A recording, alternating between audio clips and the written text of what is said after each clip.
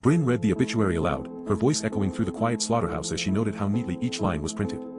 Everything seemed routine, yet something felt amiss. Mordecai's shadow loomed close, his movements too deliberate, too guiding. The air grew thick with an unspoken command that made her feel trapped in a script beyond her control. She worked at the far end of the facility where the carcasses awaited their turn to be processed, hanging motionless on metal hooks while Mordecai moved around her, always close enough to whisper instructions but never loud enough to attract attention.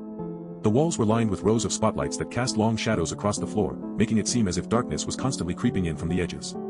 Small things at first, he would suggest a different order to clean the equipment or recommend new routes through the building that seemed oddly efficient yet unsettlingly direct. As days passed, these suggestions grew into demands, each step feeling slightly wrong but justifiable under Mordecai's guidance. The slaughterhouse, once familiar and routine, began to feel like a place of uncertainty where every action was observed and controlled. The few times Brynn tried to assert her own way, Mordecai would look at her with an intensity that made any resistance seem futile. In the midst of this changing atmosphere came news from management: another coworker transferred out. With each person's departure, the facility felt emptier, more isolated, and the bond between Brynn and Mordecai tightened. During her breaks, she would attempt to find solace by walking around the premises alone, searching for any sign that might give her comfort or escape.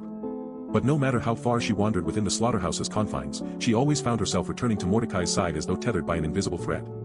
The more she tried to break free, the stronger this pull became until it was clear there would be no separation. At closing time, Brynn stood in place beside Mordecai near one of the loading docks, awaiting some next instruction from him that had become inevitable yet inexplicably foreboding. Beyond them lay an empty lot where machinery idled under a sky heavy with clouds threatening rain. Brynn watched her reflection in the wet tarp beside the loading dock as Mordecai fastened what appeared to be a harness around her wrists, the straps fitting snugly without resistance.